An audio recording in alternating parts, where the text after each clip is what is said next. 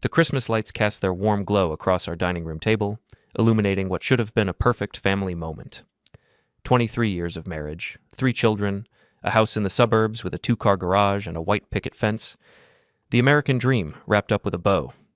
I'm Corbin Findler, 48 years old, owner of a small auto repair shop that somehow managed to keep us comfortable despite the economy. My hands are permanently stained with engine oil, my back aches from crawling under cars, but I've built something real, something honest. Talia, my wife, sits at the opposite end of our mahogany table, her blonde hair perfectly styled, her red dress immaculate. At 45, she's still stunning, still turns heads when we walk into restaurants.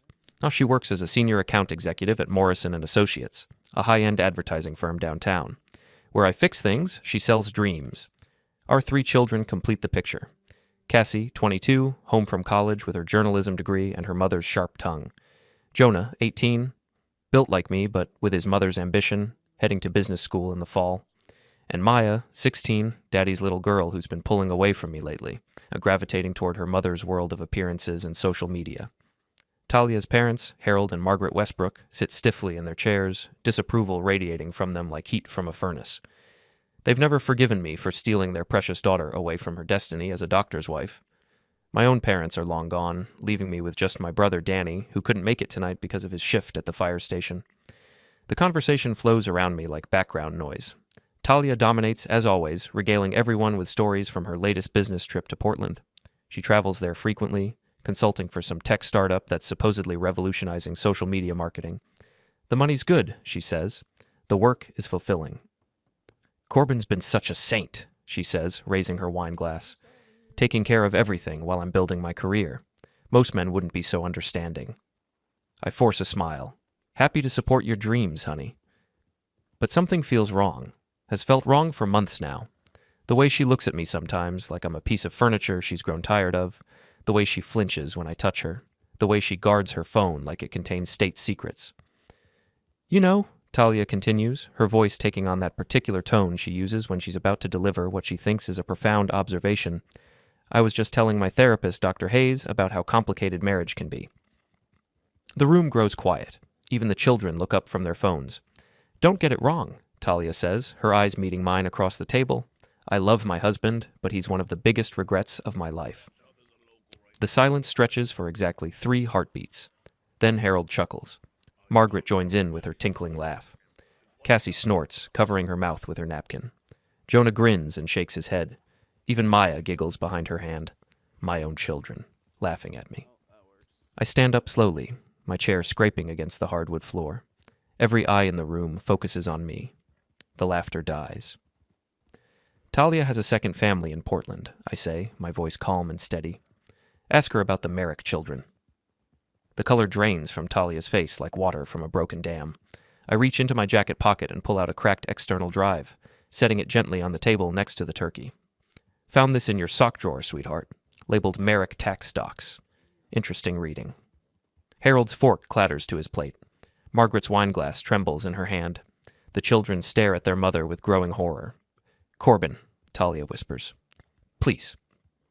But I'm already walking to the living room, where my laptop waits on the coffee table. I've had this presentation ready for 3 days, ever since I cracked the encryption on that drive with help from my old army buddy who works in cybersecurity now. The first photo appears on our 75-inch television screen.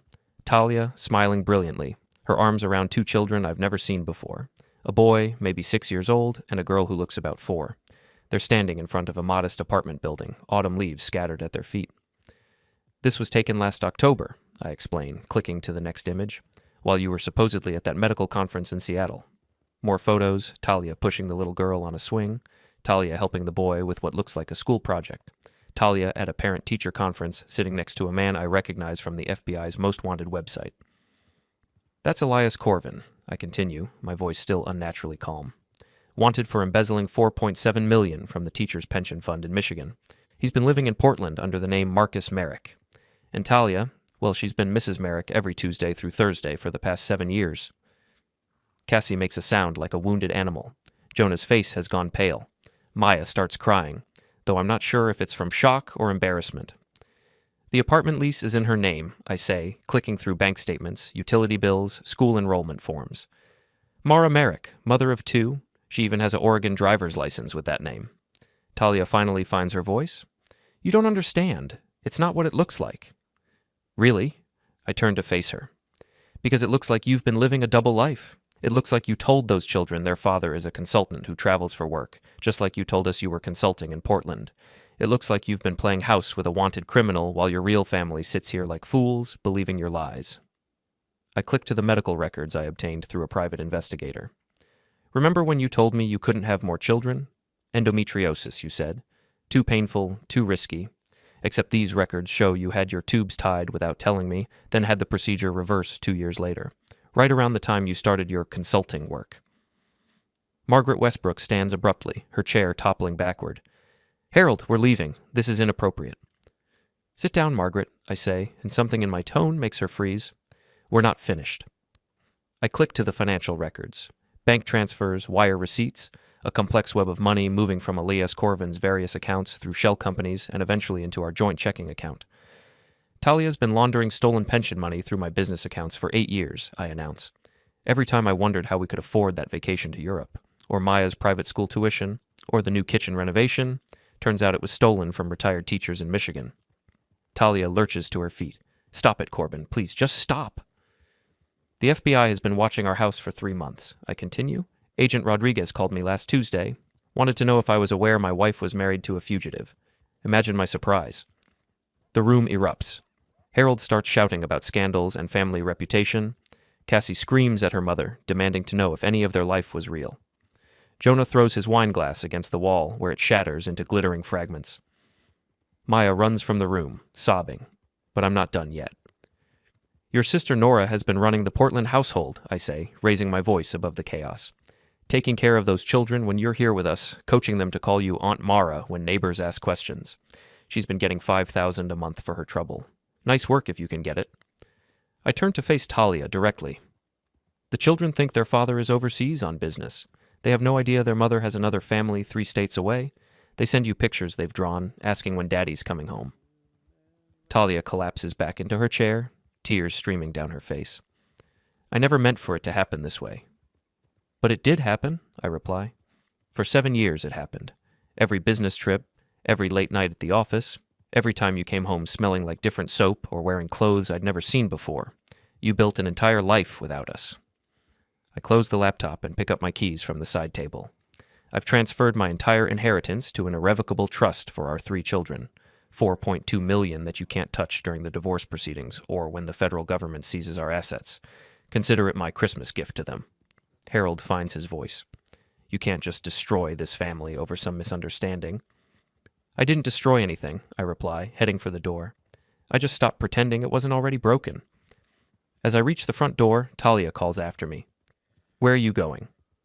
I pause, my hand on the doorknob. Somewhere honest people live. Merry Christmas, everyone. The cold December air hits my face like a slap, but it feels cleaner than the suffocating atmosphere inside that house. Behind me, I can hear the shouting continue, voices raised in anger and accusation. But for the first time in months, I feel like I can breathe. My phone buzzes with a text from an unknown number. You have no idea who you're dealing with. Give the drive back now. I look back at the house, where shadows move behind the lit windows like actors in a play I no longer want to watch. Then I get in my truck and drive away, leaving the perfect family facade crumbling in my rearview mirror. 3 days after Christmas, I'm sitting in my auto shop at 6 a.m, nursing black coffee and staring at the stack of legal papers my attorney dropped off yesterday. Divorce proceedings, asset protection documents, and a restraining order I filed against Elias Corvin, though I doubt it'll do much good if he decides to escalate things. My phone hasn't stopped ringing. Reporters wanting the story about the suburban family torn apart by secrets, neighbors pretending to offer support while fishing for details, Talia's friends calling to tell me what a monster I am for destroying their perfect princess. The only calls I've answered are from my children. Jonah came by yesterday, confused and angry, demanding to know why I had to humiliate his mother in front of everyone. Maya won't speak to me at all, but Cassie surprised me. I always knew something was wrong, she said, sitting across from my desk in the shop's cramped office. Mom was different when she came back from those trips, happier, like she'd been somewhere she actually wanted to be. I'm sorry you had to find out this way, I told her. Are you? She asked. Because it seems like you planned this whole thing pretty carefully. She wasn't wrong. I'd been gathering evidence for 6 months, ever since I found that first credit card statement with charges from Portland restaurants on dates when Talia claimed to be in meetings all day. The private investigator cost me $8,000, but he was thorough. Photos, financial records, even surveillance footage from the apartment building where she lived her other life. Your mother made her choices, I said. I just made sure everyone knew what they were. Now I'm alone in the shop, waiting for the day to begin when the front door chimes. I look up to see 2 men in expensive suits walking toward me. They don't look like customers. Mr. Findler? The taller one has the kind of smile that never reaches his eyes. We represent Mr. Corvin. He'd like his property back. I set down my coffee cup carefully. Don't know what you're talking about. The hard drive, the shorter one says, the one you stole from your wife. It contains private information that doesn't belong to you. Funny thing about stolen property, I reply, standing up slowly. It never really belongs to the thief, does it? Even when they think it does. The tall one's smile disappears. Mr. Corvin is willing to be reasonable. Return the drive, and we can all pretend this unpleasantness never happened. Here's the thing about unpleasantness, I say, walking around the desk to face them directly. Once it's out there, it tends to spread, like a virus or a cancer. I pull out my phone and show them a screenshot of an email. Sent copies of everything to the FBI, the IRS, the Oregon Department of Human Services, and about 40 journalists yesterday morning. Your boss's secrets are already metastasizing. The short one takes a step forward, his hand moving inside his jacket. That wasn't smart, Mr. Findler. Probably not, I agree. But then again, I'm just a simple mechanic. We're not known for our intelligence, are we? Before either of them can respond, I press a button on my phone. The shop's security alarm starts wailing, loud enough to wake the neighborhood. Through the front windows, I can see Mrs. Patterson from across the street peering out her door, probably already dialing 911. Oops, I say over the noise. Clumsy fingers. You gentlemen should probably leave before the police arrive. They tend to ask uncomfortable questions about men in suits threatening small business owners. They exchange glances, then head for the door without another word. But I know they'll be back. Men like Elias Corvin don't give up easily, and they don't forgive public humiliation. I turn off the alarm and call my attorney. Jim, it's Corbin. We need to talk. 20 minutes later, Jim Hendricks walks into my shop carrying a briefcase and wearing the grim expression he reserves for his most complicated cases. We've known each other since high school, when he was the skinny kid getting stuffed into lockers, and I was the one pulling him out. Now he's one of the best divorce attorneys in the state, and I'm the client who just painted a target on his own back. Tell me you have a plan, he says, settling into the chair across from my desk. Working on it, I reply. How bad is it legally? For you? Not terrible, assuming you can prove everything you've alleged. For Talia? He shakes his head. She's looking at federal charges for money laundering, conspiracy, fraud. The works. Her career is finished, her reputation is destroyed, and she'll be lucky to avoid prison time. And the children? Yours will be fine, assuming the trust holds up. The Portland kids. He trails off. Child Services is investigating. If their father is who you say he is, they'll likely end up in foster care while the courts sort everything out. The weight of that settles on me like a lead blanket. 2 innocent children caught in the crossfire of their parents' choices. But I push the guilt aside. I didn't create this situation. I just exposed it. There's something else, Jim continues. Talia's filed a counter-petition. She's claiming you've been emotionally abusive, that you've isolated her from friends and family, that you've threatened her physical safety. I laugh, but there's no humor in it. Let me guess. Dr. Hayes is backing up her story. How did you know? Because Dr. Hayes is married to Talia's sister Nora, the same Nora who's been taking care of the Portland children. It's all connected, Jim. One big happy conspiracy. He makes notes on his legal pad. Can you prove that? I slide a manila folder across the desk. Marriage certificate, joint bank accounts, property records. Dr. Hayes has been getting kickbacks from Elias through Nora for years. $80,000 in consulting fees that coincidentally started right around the time Talia began her therapy sessions. Jim flips through the documents, his eyebrows rising. Where did you get all this? Same place I got everything else. Private investigator with connections and a flexible relationship with privacy laws. I lean back in my chair. The question is, what do we do with it? We use it to destroy their credibility, he says immediately. If we can prove the therapist was compromised, her testimony becomes worthless. More than worthless, it becomes evidence of a larger conspiracy to defraud you. My phone buzzes with another text from the unknown number. Last warning. Return what you stole or face the consequences. I show the message to Jim, who frowns. You need protection. I can handle myself, I reply. 8 years in the army teaches you a few things about dealing with bullies. This isn't Afghanistan, Corbin. These people have money, connections, resources. They can make your life very difficult without ever getting their hands dirty. As if summoned by his words, my phone rings. The caller ID shows Maya's name. Dad? Her voice is small, scared. There are men outside the house. Mom's crying and won't come out of her room. What's happening? I'm already reaching for my keys. Stay inside, sweetheart. Lock the doors and don't let anyone in except the police. I'm on my way. Corbin, Jim calls as I head for the door. Be careful. This feels like a setup. Maybe it is, but Maya is still my daughter, and she's frightened. Whatever else happens, I won't let Talia's choices put my children in danger. I drive through the suburban streets where I've lived for 15 years, past the houses where I know every neighbor's name and their children's birthdays. But everything looks different now, like I'm seeing it through someone else's eyes. The perfect lawns and matching mailboxes seem like stage props, hiding whatever secrets lurk behind those cheerful facades. When I pull into my driveway, I see what Maya meant. A black SUV sits across the street, its windows tinted dark.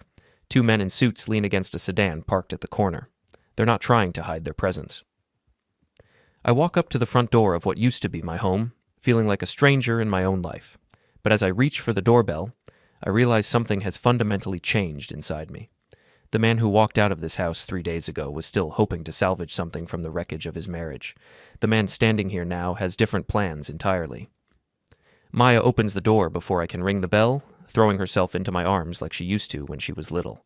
She's shaking, and I can feel her tears soaking through my shirt. I'm scared, Daddy, she whispers. Those men keep driving by, and Mom won't stop crying. Cassie went back to her apartment, and Jonah's at his friend's house. I don't know what's happening.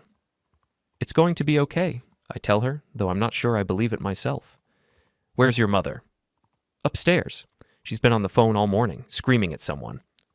Maya pulls back to look at me. Is it true about the other family? I guide her to the living room, away from the windows where those men might be watching. Yes, sweetheart, it's true. Why would she do that to us? It's the question I've been asking myself for days, and I still don't have a good answer. Sometimes people make choices that hurt the people they're supposed to love. It doesn't mean you did anything wrong. Footsteps on the stairs announce Talia's arrival. She looks terrible, hair unwashed, makeup smeared, wearing the same clothes she had on at Christmas dinner, but her eyes are sharp with anger. Get out of my house, she says. It's still my house, too, I reply calmly. And Maya called me because she was frightened. Frightened of what? The consequences of your vindictive little performance? Frightened of the men in suits who've been circling the block all morning, the ones working for your boyfriend. Talia glances toward the window, and I see fear flicker across her face. I don't know what you're talking about. Really? Because they visited me at the shop this morning, wanted me to return Elias's property, seemed to think I might be persuaded by implied threats. You brought this on yourself, she snaps. If you'd just minded your own business... My business? I stand up, and Maya shrinks back into the couch. My wife living a double life with a wanted criminal is my business. My children's inheritance being built on stolen money is my business. My family being destroyed by lies is definitely my business. Talia's phone rings. She glances at the screen, and her face goes white. I have to take this. She disappears back upstairs, but I can hear her voice through the ceiling, high and panicked. Maya looks at me with wide eyes. Dad, what's going to happen to us? Before I can answer, my own phone buzzes. This time it's not a text. It's a call from Agent Rodriguez at the FBI. Mr. Findler, we need to talk. Can you come to the federal building this afternoon? Am I under arrest? No, but we have some questions about your wife's activities, and we think you might be able to help us. I look at Maya, who's pretending not to listen while hanging on every word. I'll be there at 2. After I hang up, Maya asks, Are you in trouble? I don't think so, but your mother might be. As if summoned by my words, Talia comes back downstairs. Her face is composed now, but I can see the effort it's costing her. I need you to make this stop, she says quietly. The FBI called my office. They've frozen my accounts. My boss wants to see me first thing Monday morning, and we both know how that's going to go. Make what stop? The investigation into your criminal activities? I don't think that's up to me anymore. You could tell them it was all a misunderstanding, that you were angry about the affair and exaggerated everything. I stare at her in disbelief. You want me to lie to federal agents to protect you? I want you to protect our family. Our family? I laugh, and the sound is harsh in the quiet room. Which one? The one here in Ohio, or the one in Portland? Because I'm having trouble keeping track. Maya makes a small sound, and we both look at her. She's crying again, silently, her hands pressed to her face. Look what you've done, Talia hisses. Look how you've hurt her. I've hurt her? The anger I've been holding back for days finally breaks free. I'm not the one who's been living a lie for 7 years. I'm not the one who looked my children in the eye every day while maintaining a secret family across the country. I'm not the one who stole money from retired teachers to pay for vacations and private schools. Keep your voice down, Talia warns, glancing toward the window. Why? Afraid your boyfriend's associates might hear something they don't like? I walk to the window and look out at the black SUV. They're still out there, by the way, watching and waiting. Is that the kind of life you want for Maya? Looking over her shoulder, wondering when dangerous men might come calling? Talia follows my gaze, and I see her hands tremble. Elias said he'd handle this. He said if you just returned the drive, everything could go back to normal. Normal? I turn to face her. What's normal about any of this? What's normal about a marriage built on lies and stolen money? What's normal about children who don't know their mother has been playing house with a criminal? My phone rings again. This time, it's Jim Hendricks. Corbin, where are you? At the house with Maya. Why? Because I just got a very interesting call from the district attorney's office. Seems someone filed a complaint claiming you've been threatening your wife and her associates. They're issuing a warrant. I look at Talia, who's watching me with an expression I can't read. Let me guess. Dr. Hayes provided a statement about my violent tendencies and history of abuse. How did you? Never mind. Can you get to my office without being seen? Probably not. There are watchers outside. Then stay put and don't do anything stupid. I'm calling in some favors, but this is going to get worse before it gets better. After I hang up, Talia asks, What did your lawyer say? That you and your co-conspirators are trying to have me arrested for threatening you. She has the grace to look ashamed. I didn't want it to go this far. Then you should have thought about that before you decided to destroy our family. I walk toward the door. I'm leaving before the police arrive. Maya, pack a bag. You're coming with me.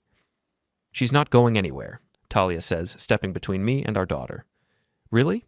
You want to explain to Child Services why dangerous criminals are stalking your 16-year-old daughter because of your choices? Because that conversation is coming, probably sooner than you think. Maya stands up, her face set with determination that reminds me of myself at her age. I want to go with Dad. Maya, please, Talia pleads. This is all just a big misunderstanding. Everything will be fine once we sort it out. Like you sorted out having 2 families? Maya's voice is cold, older than her years. Like you sorted out lying to us for 7 years? She pushes past her mother and heads for the stairs. I'll get my things.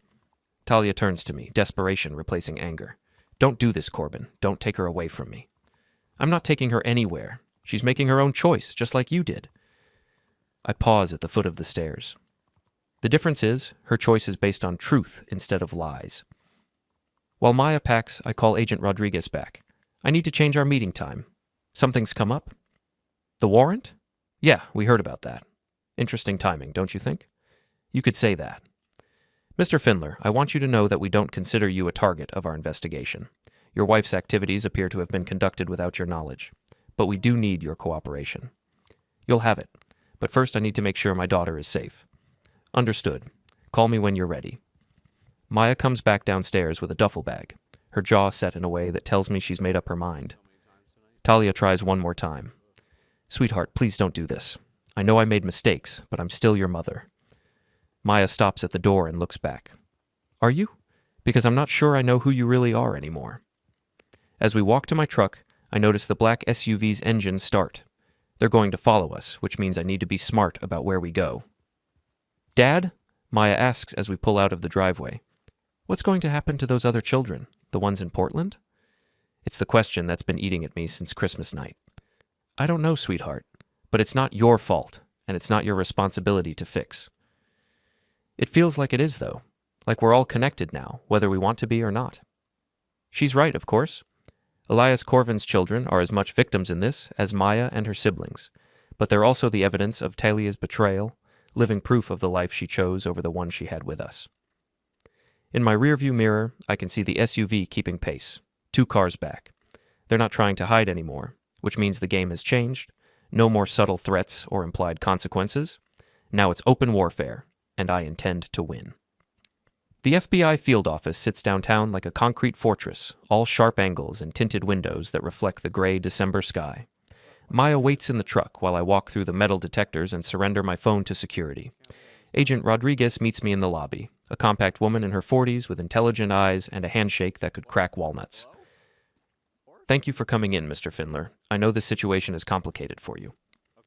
She leads me to a small conference room where another agent, a tall man introduced as Agent Parker, sits behind a stack of files that look suspiciously like my entire life, laid out in manila folders. We've been investigating Elias Corvin for 18 months, Rodriguez begins. Financial crimes, identity fraud, money laundering. Your wife's name came up in our analysis of his banking patterns about 6 months ago. 6 months? I lean forward. You've known about Talia's involvement for 6 months? We've suspected, Parker clarifies. But we needed evidence. Your Christmas revelation provided that evidence. Rodriguez slides a photograph across the table. It shows Talia and Elias at what looks like a bank, both of them signing documents. This was taken in Portland last October. They were opening another joint account under the Merrick identity. How many accounts are there? 17 that we've found so far, spread across 4 states, all using variations of the Merrick name. Your wife has been very busy. The next photograph shows the Portland apartment building, but this one was taken from inside a surveillance van. I can see Talia pushing the little girl on a swing in the courtyard while the boy plays nearby. Those children, I say. What happens to them? Oregon Child Services has temporary custody, Rodriguez replies. They're safe, but the situation is complicated. Legally, they don't exist. No birth certificates under their real names, no social security numbers, no medical records. Your wife and Corvin created them as ghosts. The weight of that settles on me. 2 children, 6 and 4 years old, who have no legal identity because their parents were living a criminal fantasy. Oh, there's something else, Parker says, opening another file. Your business accounts show deposits totaling $1.3 million over the past 8 years, all traced back to the stolen pension funds. I never knew, I say quickly.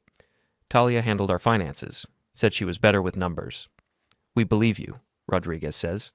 The timing of the deposits corresponds with her Portland trips, and the amounts match withdrawals from Corvin's accounts. But there's a problem. She slides another document across the table. It's a federal asset forfeiture notice. Everything purchased with those funds is subject to seizure. Your house, cars, your daughter's college fund. The government has a legal right to recover stolen money, even from innocent parties. I stare at the paperwork, feeling the walls close in. What about the trust I set up for my children? That might be protected, depending on when you established it and what funds you used. Your attorney will need to provide documentation. Parker leans forward. Mr. Findler, we need your help to build a case against Corvin and your wife. In exchange, we might be able to minimize the asset forfeiture. You'd lose the house, but your children's future would be secure. What kind of help? Corvin is getting desperate. Our sources indicate he's planning to flee the country, probably within the next few days. But first, he wants to eliminate loose ends. Rodriguez taps the table. You're a loose end, Mr. Findler. So is your wife, though she doesn't realize it yet. Are you saying he might hurt her? We're saying men like Corvin don't leave witnesses behind when they run. Your wife knows too much about his operation, and she's become a liability. The irony isn't lost on me. After everything Talia has done, I still feel a stab of concern for her safety. 23 years of marriage doesn't disappear overnight, even when it was built on lies. What do you want me to do? Wear a wire. Meet with Corvin and get him talking about the money, the false identities, the whole operation. Give us enough evidence to put him away for life. I think about the men in suits outside my house, the threatening text messages, Maya's frightened face. And if I refuse? Then we build our case the slow way, and Corvin probably disappears into some non-extradition country with whatever money he can grab. Your wife goes to prison for her part in the scheme, and you lose everything anyway. Some choice. It's the only choice that gives your family a future, Rodriguez says gently. I look at the photographs scattered across the table, evidence of a life I never knew existed, of choices made without my knowledge that destroyed everything I thought was real. When do we do this? Tonight. We know Corvin is staying at the Riverside Hotel under another false identity. Your wife has been meeting him there every evening since Christmas. Talia's still seeing him? The betrayal cuts deeper than I expected. Even after everything that's happened, she's still choosing him over her family. Every night from 6 to 8, They're planning their exit strategy. Parker hands me a business card. Think about it, Mr. Findler. Call us by 5 if you're willing to help. Otherwise, we'll proceed without you, and the consequences will be what they are. I walk back through the lobby in a daze, my mind spinning with implications. Outside, Maya looks up from her phone as I get back in the truck. How did it go? Complicated, I reply, starting the engine. We need to find somewhere safe for you to stay tonight. Why? What's happening tonight? I look at my daughter, 16 years old, caught in a nightmare she didn't create, and make a decision that will change both our lives forever. Tonight, I'm going to finish what your mother started. The drive to my brother Danny's house takes 20 minutes through city traffic. He lives in a modest ranch home with his wife Carol and their twin boys, a normal family living normal lives. The kind of life I thought I had until 5 days ago. Danny takes one look at my face and ushers us inside without questions. Carol makes coffee while the boys entertain Maya with their video games. In the kitchen, I explain the situation to my brother and sister-in-law. You're going to wear a wire to catch a fugitive criminal? Carol asks, her voice rising. Are you insane? Probably, I admit. But it's the only way to protect Maya and her siblings. Danny, who's seen combat in Iraq, understands the logic. You need backup. The FBI will be listening. If things go wrong, they'll move in. And if things go wrong before they can move in? I meet my brother's eyes. Then Maya has you and Carol to take care of her. Dad, no. Maya appears in the doorway, her face pale. I heard what you said. You can't do this. I have to, sweetheart. It's the only way to make sure you and your brother and sister have a future. What about your future? She starts crying again, and I pull her into my arms. Mom, my future is making sure you're safe and that the people who hurt our family face consequences. Carol takes Maya upstairs to help with homework, leaving Danny and me alone in the kitchen. You sure about this? He asks. No, but I'm sure about what happens if I don't do it. Corvin disappears, Talia goes to prison, and my children lose everything. And if you do it? Maybe we get some justice. Maybe the kids get to keep their inheritance. Maybe I sleep better at night knowing I didn't just roll over and let criminals destroy my family. Danny nods slowly. What do you need from me? Take care of Maya if this goes sideways. Make sure she knows I love her. She knows, but you're going to tell her yourself when this is over. At 4:30, I call Agent Rodriguez. I'm in. Good. Meet us at the field office at 5:15. We'll wire you up and go over the plan. What about Talia? Does she know what's happening? She knows we're closing in. Whether she warns Corvin or not is up to her. After I hang up, Maya comes downstairs with red eyes but a determined expression. I want you to know something, she says. Whatever happens tonight, I'm proud of you for fighting back. Mom made her choices, but you're making yours. I love you, Maya. Remember that. I love you too, Dad. Now go catch the bad guys. As I drive toward downtown and whatever waits for me at the Riverside Hotel, I think about the man I was 5 days ago. A simple mechanic who fixed other people's problems and went home to his family every night. That man is gone, replaced by someone harder, more dangerous, someone who's tired of being the victim in his own life. The FBI's technical team fits me with equipment that looks like something from a spy movie. A transmitter the size of a quarter taped to my chest, a backup recorder sewn into my jacket lining, and an emergency beacon that will summon cavalry if I press it twice. Remember, Agent Rodriguez says as we review the plan one final time, we need him talking about the money laundering, the false identities, and his plans to flee. Don't push too hard, but don't let him deflect either. What if Talia warns him? Then we abort and try a different approach. But our surveillance suggests she's been keeping secrets from him too. She may not realize how much danger she's in. Agent Parker hands me a small device that looks like a hearing aid. This will let us communicate with you if necessary. Try to keep the conversation in the hotel room, better acoustics for the recording. At 6:15, I walk into the Riverside Hotel's lobby, my heart hammering against the wire taped to my chest. The place reeks of desperation and cheap cologne, the kind of establishment that rents rooms by the hour and doesn't ask questions about identification. Room 237 is on the second floor, at the end of a hallway lined with faded carpet and flickering fluorescent lights. I knock twice, as instructed. Elias Corvin opens the door, and I'm struck by how ordinary he looks. Medium height, thinning hair, the soft build of a man who's spent his career behind a desk. This is the criminal mastermind who's been pulling my wife's strings for 7 years. Mr. Findler, he says, stepping aside to let me enter. I wasn't sure you'd come. The room is a study in temporary living. Clothes scattered across the bed, fast food containers on the nightstand, the smell of fear and stale cigarettes hanging in the air. Talia sits in the room's only chair, looking like she hasn't slept in days. "Hello, Corbin," she says quietly. "Talia." I keep my voice neutral, professional. "Elias, I think we need to talk." "Indeed we do." Corvin closes the door and engages the chain lock. "You've caused considerable trouble with your little Christmas performance." "I've caused trouble?" I laugh, settling onto the edge of the bed to keep both of them in view. "I'm not the one who's been stealing pension money and living under false identities." "You're not the one whose children are now in foster care because of your vindictive actions," he replies sharply. "There it is, confirmation that he's the father of the Portland children, recorded on federal equipment." "Those children are in foster care because their parents are criminals," I say. "Maybe if you hadn't embezzled $4.7 million from teachers' retirement funds, they'd still have a family." Talia flinches. "Corbin, please. We're trying to fix this." "Fix it how? By running away to some country without extradition treaties? By abandoning those kids permanently?" Corvin's eyes narrow. "You seem remarkably well informed about our situation." "The FBI is remarkably forthcoming when you're cooperating with their investigation." The temperature in the room drops 10 degrees. Talia goes white, and Corvin's hand moves toward his jacket. "Cooperating how?" he asks. "They wanted to know about the money you've been laundering through my business accounts, about the shell companies and false identities, about your plans to flee the country." I lean forward. I told them everything I knew, which turned out to be quite a lot. "You're wearing a wire," Corvin says flatly. "Of course I am. Did you think I'd walk into a room with a wanted criminal and my lying wife without insurance?" Talia starts crying. "Corbin, you don't understand.